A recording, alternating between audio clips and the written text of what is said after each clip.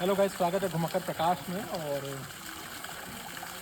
ये नाद बनाए हुए पक्षियों के लिए, इसमें पक्षी आते हैं पानी पीने के लिए और स्नान करने के लिए भी।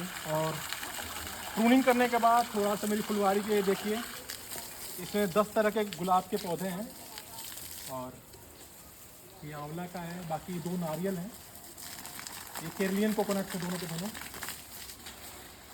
ये शाही लीची है और बहुत सारे कम से कम 30 से 40 वैरायटी के यहाँ पे फ्लावर लगे हुए हैं।